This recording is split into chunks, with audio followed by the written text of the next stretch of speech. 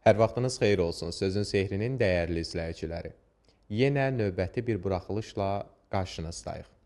Bugün də hər zaman olduğu kimi sözlər danışacaq, poeziya danışacaq. Qonağım hər birinizin çox sevdiyi, hər birinizin çox yaxşı tanıdığınız, çox möhtəşəm, bəzən də duzlu, məzəli şeirləri ilə qəlbimizi oxşayan Azərbaycan Yazıçılar Birliyinin üzvü, alim, şair, pedaqogika üzrə fəlsəfə doktoru Aynur Qafarlıdır. Hər birinizi xoş gördük. Bugün sözün sehrini ya açacağıq, ya da elə sözün sehrinə düşəcəyik. Bunu bir yerdə görəcəyik. Aynur xanım, olar bir sual verim. Qəlbim səni görəndə niyə belə döyünür? Baxışlarım dən kimi yollarında öyünür. Olar bir sual verim. Dilim yanar deməsəm, gəl tutulma sözümdən. Niyə mənim hər gecə yuxum qaçır gözümdən? Olar bir sual verim. Eşq bir meydir deyiblər. Mən bu meydən içimmi? Gəlib sizin hər səhər küçənizdən keçimmi? Olar bir sual verim. Sevmisənmi açansa məndən başqa birini? Düzünü de, nə olar? Ay ömrümün şirini. Olar bir sual verim. Baxışından qəlbinə sevgi səpsəm olarmı? Gecə ay işığında səni öpsəm olarmı? Olar bir sual verim. Nəyinə bənd olmuşam? Bu sevginin nəyinə? Nədən hakim olmuşsan Aynurun ürəyinə? Aynur xanım, olar çox sual vereyim. Əlbəttə ki, olar.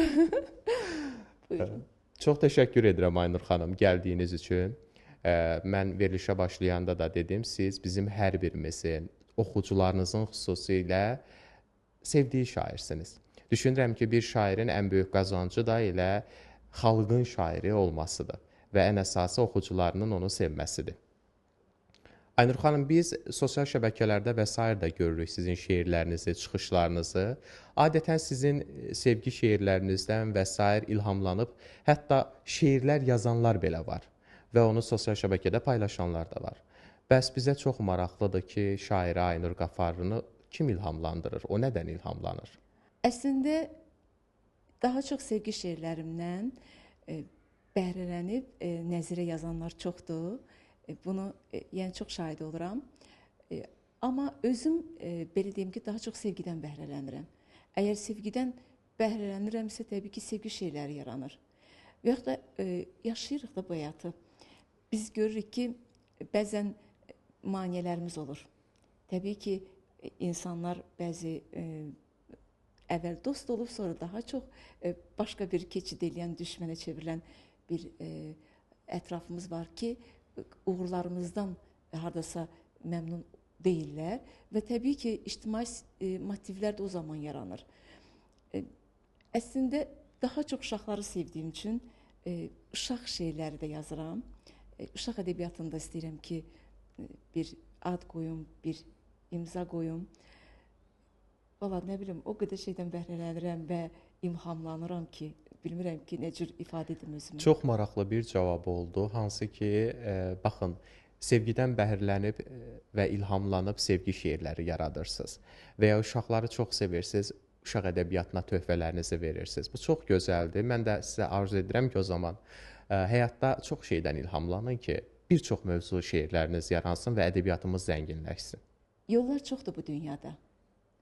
Mən öz izimlə gedirəm. Ömrün acı pişvazına gülər üzümlə gedirəm. Dost yanına xoş sifətlə, ədəbi ilə, mərifətlə, sevgi ilə, məhəbbətlə, şirin sözümlə gedirəm. Fayda verməz əyri kimsə, fayda verməz əyri kimsə, ondan görməz xeyri kimsə. Yox bu yolda qeyri kimsə, özümlə gedirəm. Sanmayın çətin qadına, bütövəm yetkin qadınam, Aynuram, mətin qadınam, sona dözümlə gedirəm, mən öz izimlə gedirəm. Arzu edirəm ki, hər zaman öz izinizlə gedəsiniz. Aynur xanım, biz bilirik ki, cəmiyyətdə elə qadın şairə olmaq da çətindir. Çünki adətən bizim cəmiyyətdə Şairlər bilirsiniz, yəni kişi şairlərdə bu problem yaşanmır, amma qadın şairlərdə nədənsə birinci onların yaradıcılığına, şeiriyyətinə yox da, oxucu birinci qadın şairənin həyatını oxumaq istəyir. Görəsən bu şeiri nəyə görə yazıb? Görəsən bu şeiri hansı hadisəyə, hansı situasiyaya əsasən yazıb və ən əsası, görəsən bu şeiri kimə yazıb? Çox maraqlıdır. Bəs Aynur Qafarlı üçün necədir? Qadın şair olmaq çətindirmi? Mən düşünürəm ki, bütün qadın şairlər deyəcək ki, çətindir. Yəni şair olmaq. Bilirsiniz necədir?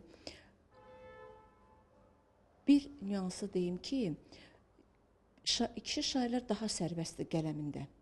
Hisslərini, duyğularını daha rahat verə bilirlər, amma qadınlar qadın şair olaraq biraz bəzi belə deyək ki, həya mı, bəzi duyğulara tam həssaslığı ilə o duyğuları verə bilmək imkanı qadın qələmində biraz çətin olur. Amma bütün bu bariyerləri aşdınsa, təbii ki, onda sən mükəmməl şairə çevriləcəksən. Bizi o bariyerləri aşmağa vadar edən bizim oxucumuzdur. Oxucu nə qədər bizi çox sevsə, nə qədər çox dəyərləndirsə və biz təbii ki, fədakar olmağa çalışacağıq. Və mən elə gəlir ki, elə bizi ilhamlandıran oxuculardır. Daha yazmağa sövq edən, daha gözəl fikirlər, belə deyək ki, ifadələr dünyaya gətirmək. Şair bilirsiniz də, şairlər məcazlardan, bədii təsvir vasitələrindən daha çox istifadə eləməlidir, daha çox yeni söz dünyaya gətirməlidir sanki. Yəni eşidilən söz yox, artıq şairin yaratdığı ədəbiyyatı zənginləşdirməlidir də. Bəli, yəni məqsədimiz odur. Artıq oxucular etiraf edək ki, bugünün oxucuları çox savadlıdırlar. Bəli. Yəni çox məlumatlıdırlar və insanları təəccübləndirmək çox çətinlikdir. Ona görə də bizim də üzərimizə daha çox yük düşüb, daha gözəl yazmalıyıq. Çox düzgün bir nöqtəyə toxundunuz. Əslində elədir. Bugünün oxucuları, məsələn, Sovet dövrünün oxucuları ilə çox fərqlənir. Necə? Sovet dövründə oxucu çox idi, şair az idi və hansı ki, olan şairlər də qələmi vardı. Qələmi olan insanlar idi. Qələm əhli idi sözün əsl mənasında. Amma bugün isə bilirsiniz ki, bütün peşələrdə belədir. Yəni, çox təəssüflər olsun ki, bu yaradıcı sahələrdə də hər şeyin artımı gedir. Və nədənsə hər şeyin kopyası yaranır. Elə bir ki, şairlik də belədir. Kopya şairlər də var, kopya yazıcılar da var. Bilmirəm bu necə olacaq bu işlərin axırı, amma düşünürəm ki, elə mən özüm də bir oxucu kimi, oxucu bunu çox yaxşı seçir. Çox yaxşı əli bələkdən keçirir.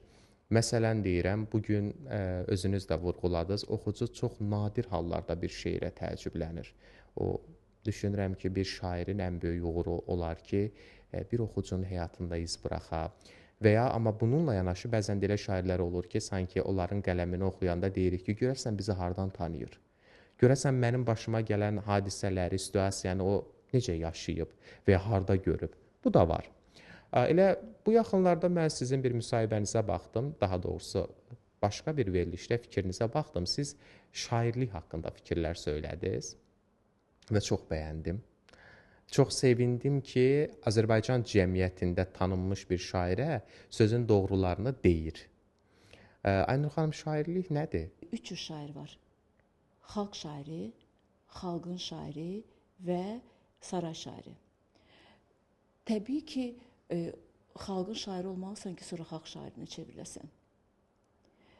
Hətta bəzən qınayırlar ki, saray şairində bir başqa cür ifadə geyindirirlər. Kişilərin dili ilə desək, deyir ki, kişiləri əşarı əski olmaz nəvai əşarından, əgər onun da bəxtinə Sultan Bayqara çıxsaydı. Təbii ki, nə qədər çox dövlət tərəfindən şair də dəyərləndirilsə, yəni yaradıcılıq daha asan olar, daha parlaq olar. Yəni bugün bizim belə deyək ki, yetəri qədər dövlətimiz də şairlərə diqqət ayırır. Bəli. Və bugün mən demək istəyirəm, borcumdur deyəm. Çünki biz bir neçə dəfə hətta Azərbaycan Yazıçılar Birliyinin xüsusi şairlər üçün ayrılmış, dövlət tərəfindən ayrılmış bir istirahət mərkəzləri var, yəni yaradıcılıq üçün Şabran ərazisində yerləşir və orada şairlər üçün, rəssamlar üçün, bəstəkarlar üçün yaradıcılıq evləri, yerləri, yəni ki, məkanları yaradılıb ki, sırf yaradıcı insanlar məşğul olsunlar. Həm istirahət eləsinlər, həm yazıb yaratsınlar. Və bu gün daha çox dövlətin üzərinə də düşməyək ki, daha çox biz dəstək almalıyıq, daha çox. Amma yetəri qədər biz o dəstəyi görürük. Qaldı ki, sevgiyə, mənə elə gəlir ki, bizi oxucular yetəri qədər sevsə, təbii ki, biz də gözəl yazsaq, yetəri qədər sevəcəklər və mənə elə gəlir ki, gözəl əsərlər ortalığa qoyacağıq. Çox düzgün deyirsiniz. Dövlət dəstək göstərir, amma mən düşünürəm ki, elə şairi şairidən də onun oxucularıdır.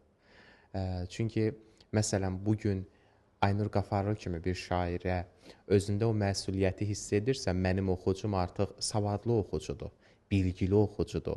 O pisi yaxşıdan seçməyi bacarır, daha yaxşı əsərlər yaranacaq. Müəyyən bir dövr vardı ədəbiyyatımızda belə deyim ki, şüar vardı. Sənət üçündür, yoxsa xalq üçündür. Düşünürəm ki, sənət yaradılır, amma xalqın ixtiyarına verilir bu. Yəni onu xalq seçir. Məqsədimiz də ədəbiyyatda qalmaq olmalıdır. Ədəbiyyatda qalmaq istəyiriksə, təbii ki, gözəl yazmalıyıq, ədəbiyyat üçün yazmalıyıq. Və əgər biz ədəbiyyat üçün, məqsəd ədəbiyyat üçün yazmaqdırsa, elə xalq üçün də yazırıq, xalqa da xidmət edirik. Həm xalqa, həm ədəbiyyata. Əgər xidmət etməyi bacaracağıqsa, deməli ədəbiyyatda qalacağıq, mən belə düşünürəm. Bəli, əslində yazıçılar və şairlər iki cür olur. Bəziləri var ki, onlar tarix üçün yazırlar, bəziləri də var ki, günümüz üçün yazırlar və o zamanın gərdişində itib gedirlər. Amma mən əminəm ki, siz ədəbiyyatda qalmısınız və qalacaqsınız da. Çalışacağıq. Təqdim eləyəndə sizə Aynur xanım, mən vurğuladım ki, alim şairə Aynur Qafarlı. Əslində bir şairin ədəbiyyatçı, alim olmasa, onun digər tərəfdən belə deyim ki, yaradıcılığında da özünü göstərir. Və ya bir şair nə qədər ziyalı olsa, onun yazısı da bir o qədər düzgün olur. Aynur xanım, alim Aynur Qafarlı yoxsa şairə Aynur Qafarlı? Bilirəm, çətin sualdır.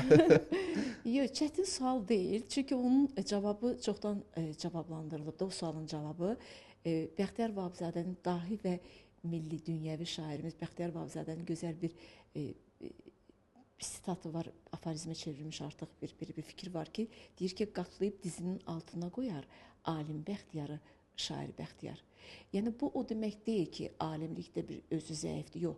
Əslində o fikrini onda ifadə edib ki, alimi sənin alim çevrən tanıyır, amma sən şairsənsə, səni xalqın böyük bir kütlə, böyük bir yəni ki, insan kütləsi, insanlar tanıyır səni. İnsan daha çox o zaman xoşbəxt olur ki, o daha çox sevilir. Sevgini daha çox istəyir. Yəni sən nə qədər çox insan sevirsən, təbii ki, sən nə qədər çox insanlara fayda verə bilirsənsə, mən düşünürəm ki, o zaman özünü daha çox xoşbəxt sevirsən. Hər ikisində adı çəkilmək mənim üçün xoşdur. Necə rəhimlidir, necə amansız, necə mehribandır qadın ürəyi. Sən onu sındırsan, bil ki, aqansız. İnləyən kamandır qadın ürəyi. Aynur Qafarlı dili ilə desək, taleyin dar ağacını boynunda çəkən qadına. Düyün düşən fikirləri beynində çəkən qadına.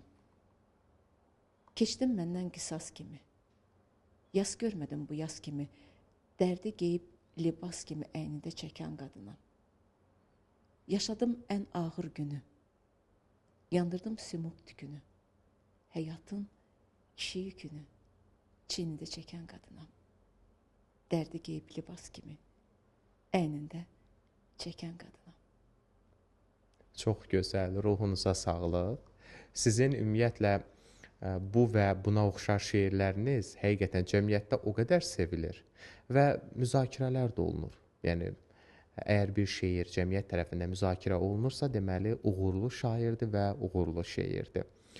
Aynur xanım, mənə çox maraqlıdır. İndiyə qədər aldığınız bir oxucu rəyimi, hansı ki o sizin həyatınızda xüsusilə seçilib və ya bir oxucu sizi görəndə necə reaksiya verib ki, o Aynur Qafarlı üçün bir daha özü ilə fəxr edib ki, yaxşı ki, mən şairəyəm. Mən diqqət görürəm oxucularım tərəfindən, sevgi görəndə, xoş sözlər görəndə.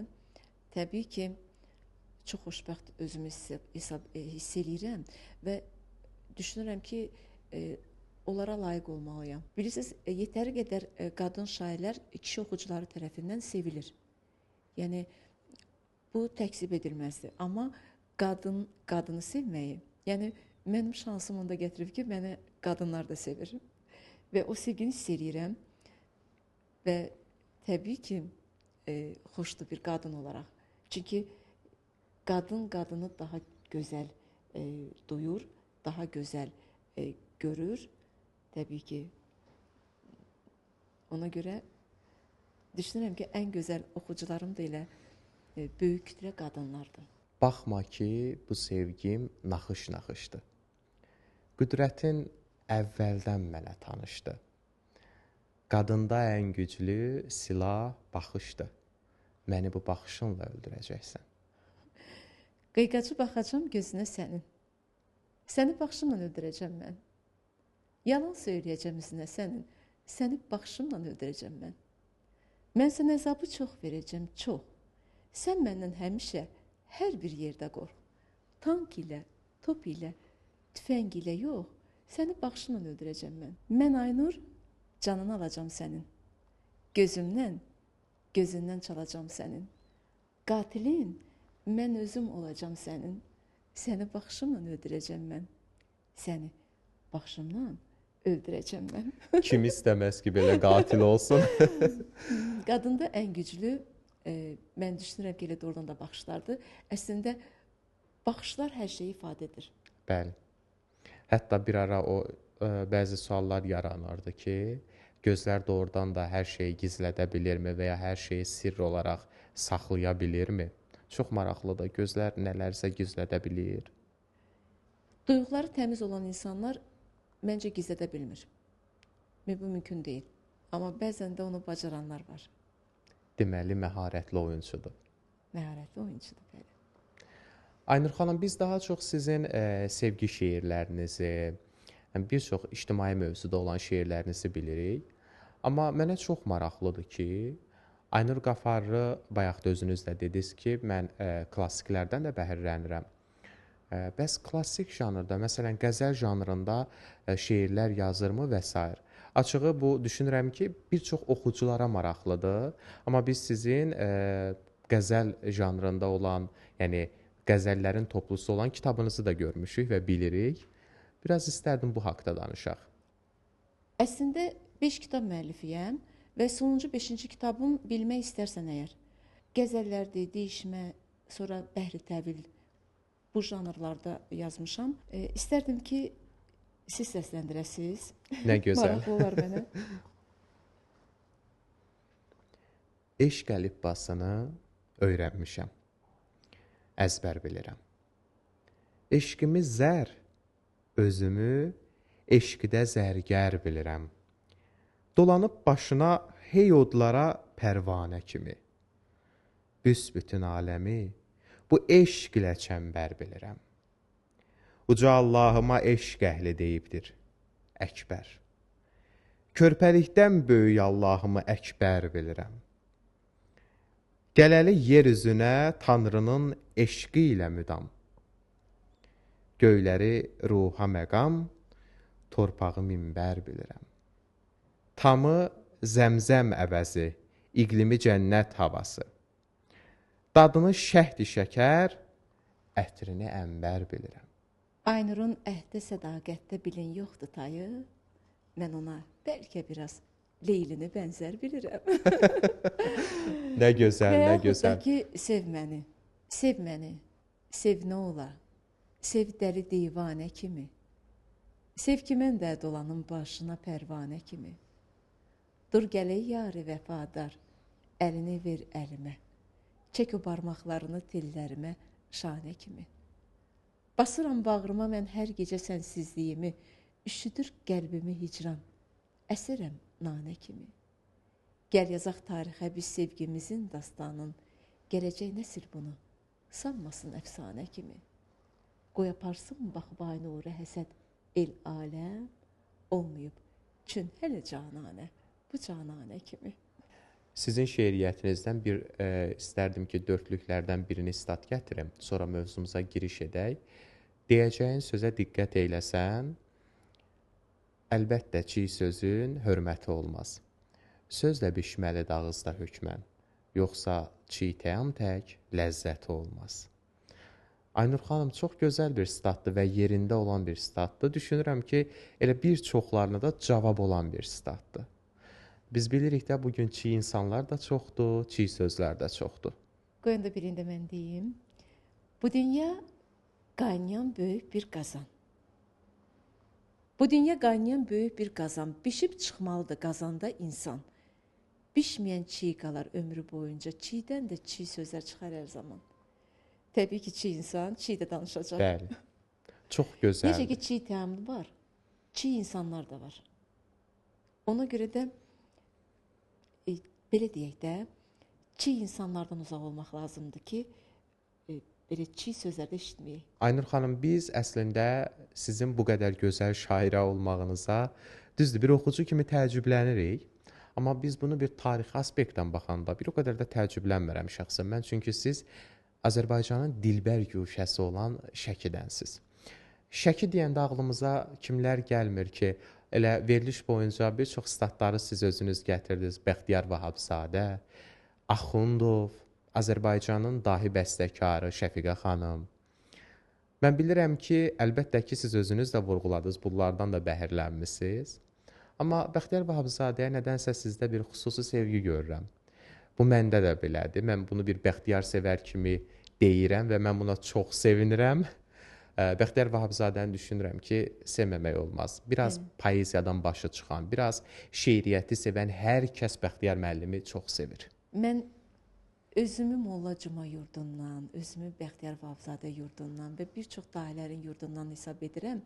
Və düşünürəm ki, bəlkə də mənim qələmimin biraz baməzə olmağında birisi ki, daha çox pozitiv şeylərim də var da. Bəli. Yəni, məni oxucular, belə deyək, izləyicilər efirdən daha çox pozitiv şeylərimə görə tanıdılar. Və düşünürəm ki, mən Şəkimə borcluyam. O keyfiyyətlərimə görə, qələmin yumor tərəfinə görə, daha çox pozitivliyimə görə və ləhcələrdə də mənə deyirlər ki, elə məni ilk ləhcədə yazdığıma görə, Şəki ləhcəsində yazdığıma görə daha çox belə tanıdılar. Hətta məni bəziləri adımdan yox, elə deyirlər Şəkili qız. Yəni bu ləqəbimdən tanıyırlar. İndi çox maraqlıdır ki, Aynur xanım, siz özünüz də alimsiz. Biz bilirik ki, ədəbi dildə danışmaq da hər birimiz üçün, yəni bir ziyalı üçün çox vacibdir. Bəs belə ləhcələrdə şeir demək, özünüzün alim olması və belə şairliyi, ziyalılığı təmsil etməniz, bu biraz paradoks yaratmır? Mən tam Şəki ləhcəsi ilə danışıram evdə, anamla, qızımla, amma cəmiyyət arasına çıxdım, ədəbi dil normalarına təbii ki, riayət edirəm. Amma efirdə Şəki ləhcəsində yazmağım, yəni və efirdə bu cür mənim sevilməyim, ləhcədə yazmağıma... Hətta sizin bir şeiriniz də vardı, çox belə dillər dolaşdı.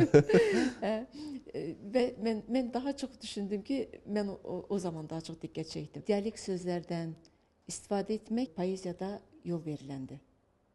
Yəni buna yəqin ki, qüsur tutmazlar və mən istərdim elə bu anda bəlkə də elə yeri gəlmişkən bizi izləyənlərə bir Şəki ləhcəsində də şeir deyim. Buyurun. Mən bu yaralı xəstə könlümə hər sözün dərmandır, can o yiyim. Canımdan əzizsən, can nə şeydir ki, can sənə qurbandır, can o yiyim. Deyirsən, illərim sənsiz keçibdir, mənsiz keçirdiyin il o yiyim. İçimdə nədənsə şübhə oyanır, yalan demirsən ki, dil o yiyim. De gəlsin nə qədər şirin sözüm var, bal kimi damlayan söz o yiyim. Boş-boş sadalama dodaq burun dil, bir yolluq dinən ki, öz o yiyim. Məni altdan yaman süzürsən, ay sənin gözü o, qaş o yiyim. Hələ uşaqlıqdan əl çəkməmsən, mən sənin cavanlıq yaşı o yiyim. Hər zaman ağlında təkcə mən varam. Sən o ağıllı başı o yiyim. Bu sən yediyin yeməkdən deyil. Sağ demirəm ki, aşı o yiyim. Mən sənin ağıllı başı o yiyim. Əslində bu şeirim biraz sosial şəbəkələrdə daha çox belə söz-söhbətə səbəb oldu. Mən dedim ki, burada təkcə məqsəd alqışı sevdirmək yox, həm də qarğışı sevdirmək. Biz tərəfdə, Şəki tərəfdə və bilməm, bəlkə də başqa regionlarda, bilmirəm də, başqa bölgələrimizdə deyilirmi o söz baş yemək ifadəsi? Bəli. Yəni mən orada o sarı simət oxumuşam ki, yəni şəkillərin dilində qarışdı belə gözəl səslənir. Mirvarid Dilbazi deyirdi ki, ölsəm bir gün, gəl qəbrimin üstünə. Bircə dəstə bənövşə qoy, bəsimdir. Başın üstə bir qaranquş ötəcək. O da sənə minnətdarlıq səsimdir.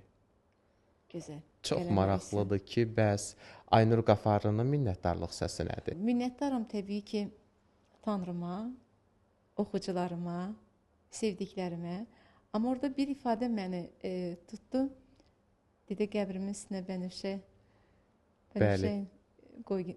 Yəni o ifadə məni biraz başqa səmtə apardı. Mən həmişə istəmişəm ki, bütün qadınlar kimi cavan qalam və mən düşünürəm ki, elə cavan da ölməyi düşünürəm. Arzu etməyək belə bir şey. Çünki bu lap təzəlikcə yaşım tamam olanda belə bir şeir yazdım. Zülmət gecələrin bağrını söküb, dönüb bir ulduza axıb gedəsən.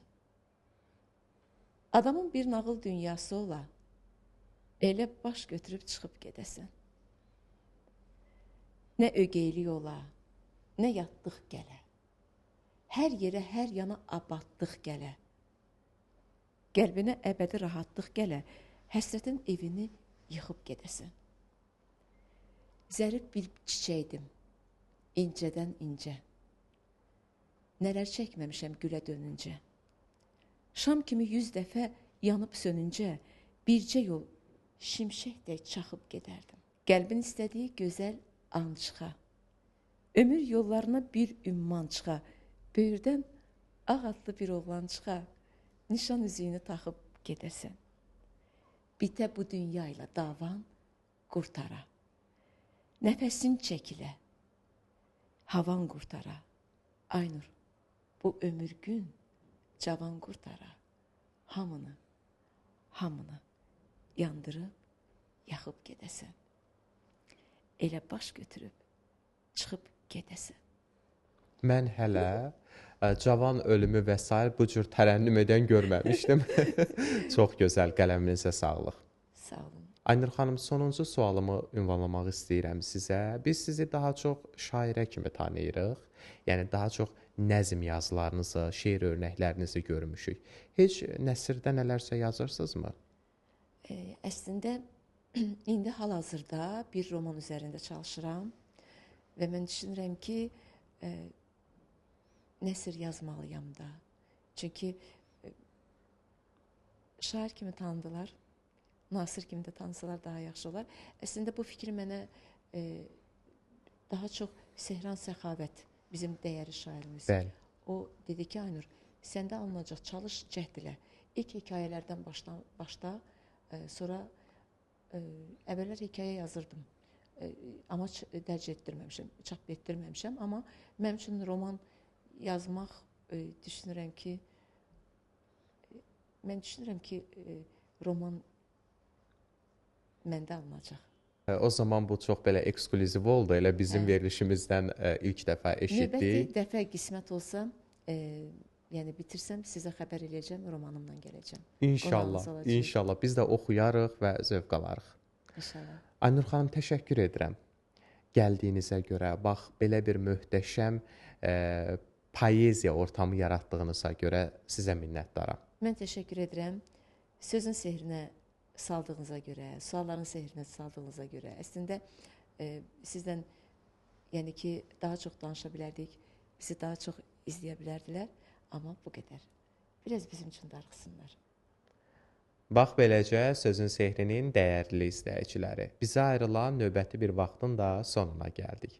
Növbəti proqramımızda görüşmək ümidilə. Sağ olun, sağlıqla qalın.